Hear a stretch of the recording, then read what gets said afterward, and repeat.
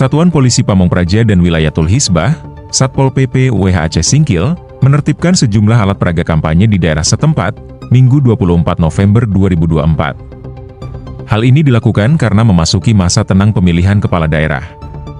Dalam penertiban itu, petugas mengerahkan 23 personel dengan dukungan 4 unit mobil operasional.